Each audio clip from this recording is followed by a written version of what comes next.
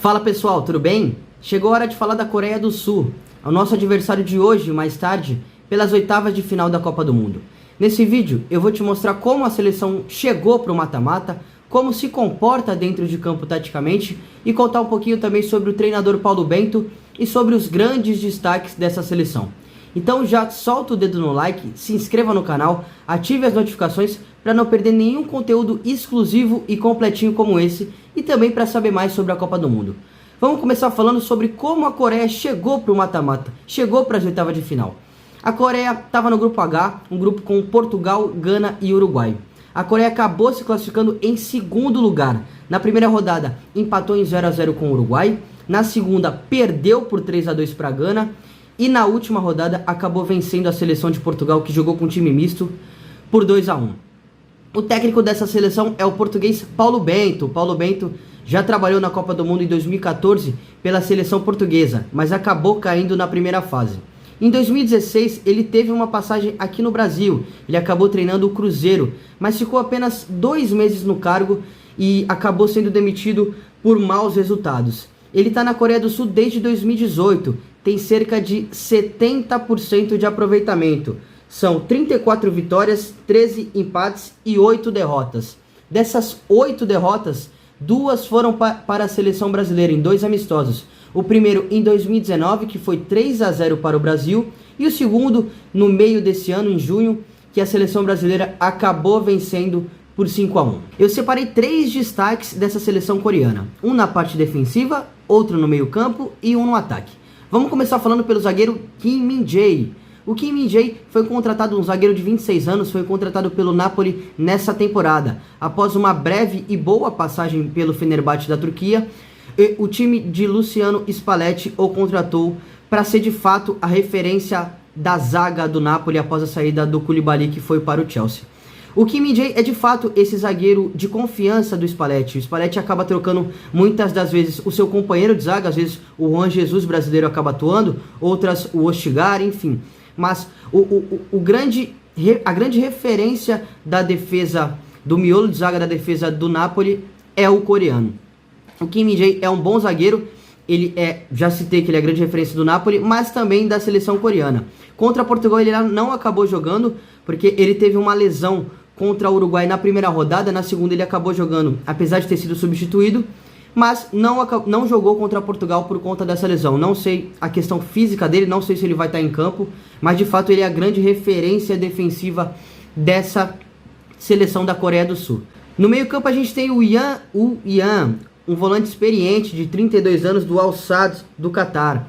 Na equipe, no clube, ele atua mais como zagueiro do que como volante, mas na seleção coreana ele é de fato esse volante. É um atleta muito importante para a seleção coreana porque ele é esse ponto de equilíbrio entre a defesa e o ataque, ajuda bastante, principalmente com e sem a bola. Sem a bola, ele tem uma pegada muito forte na marcação, apesar de ser um atleta mais experiente, mas ele também ajuda bastante nessa construção, ajudando principalmente o Kim Min-jae a fazer essa bola chegar no ataque. E no ataque, claro, não poderia deixar de citar o Heung-min Son, não só a referência no setor, mas também o grande craque do time, né? O Son é um atacante de 30 anos que atua no Tottenham da Inglaterra, e eu já citei que ele é o grande craque do time, é a grande referência técnica. Foi ele, inclusive, que deu o passe para o Hwang fazer o gol, o segundo gol da vitória em cima de Portugal, que classificou a Coreia do Sul para as oitavas de final. O Son, ele está atuando com uma máscara por conta de uma lesão na face que ele teve no jogo da Champions League, ainda pelo Tottenham, contra o Olympique de Marseille, mas aparentemente ele já está totalmente recuperado. O Son é a grande referência técnica do time. E enfim, como joga a Coreia do Sul? A seleção da Coreia começou a Copa do Mundo num sistema num 4-2-3-1, e no jogo contra Portugal acabou mudando para o 4-3-3. Não sei se Paulo Bento vai optar, até pela vitória contra Portugal, manter esse 4-3-3 ou ele vai voltar para o 4-2-3-1. Mas são basicamente esses dois sistemas, num primeiro momento, que o Paulo Bento opta por usar. Sem a bola, quando joga no 4-2-3-1, se defende no 4-4-2. Quando joga no 4-3-3, se defende no 4-5-1. A grande semelhança desses dois sistemas, quando a Coreia do Sul não tem a bola, é de fato as linhas bastante compactas. E a última linha, inclusive, joga mais adiantada. Eu já vou te contar o que pode ser um espaço que o Brasil pode explorar. Mas a seleção coreana busca compactar bastante essas linhas de marcação e pressionar bastante o portador da bola. Já com a bola, né, o Yang, o volante que eu citei, ele busca recuar um pouquinho para liberar os dois laterais para atacarem a última linha do adversário, e ele ajuda bastante essa saída de bola, como eu já disse. E a Coreia do Sul, como eu já citei sobre os dois laterais que ele atacam bastante, chegam bastante no fundo, eles buscam fazer uma superioridade numérica em cima da última linha do adversário. Como o Brasil, por exemplo, se defende com 4 jogadores, a Coreia do Sul busca atacar com 5 jogadores. Os dois laterais, os dois atacantes que fecham mais por dentro e o centroavante. E o Yang ajudando bastante essa construção, fazendo a bola chegar no ataque. E agora sim, talvez o ponto principal dessa equipe da Coreia do Sul seja a transição ofensiva. A seleção da Coreia, a gente viu na primeira fase abusando desse tipo de ataque, com muita velocidade, com o Son participando bastante, inclusive no gol que decretou a classificação da Coreia, ele participou nesse contra-ataque, ele acabou rolando por Hwang fazer o gol. Então a seleção da Coreia é uma seleção bastante vertical, apesar de ter paciência quando tem a bola, quando percebe que tem muito espaço para jogar, busca essa verticalidade, busca encontrar o Son em velocidade para conseguir agredir o mais rápido possível. E aí, de fato, a vulnerabilidade, lembra que eu já tinha citado que a seleção da Coreia se defende com as linhas bem compactas, mas com a última linha de defesa bastante adiantada. Isso é um espaço que a seleção brasileira pode atacar, principalmente se a seleção da Coreia se defender no 4-5-1. Isso por quê?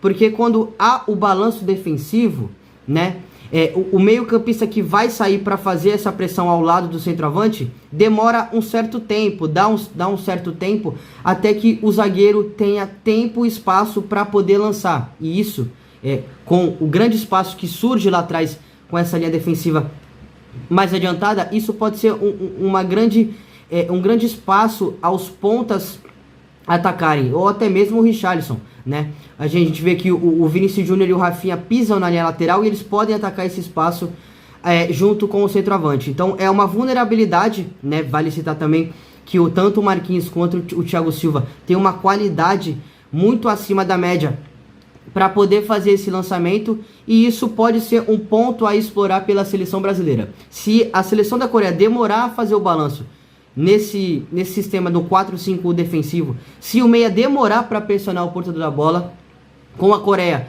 com essa última linha bastante adiantada, os zagueiros do Brasil podem sim explorar esse espaço e acionarem os 3 atacantes de frente. A ver como isso vai acontecer de fato hoje mais tarde.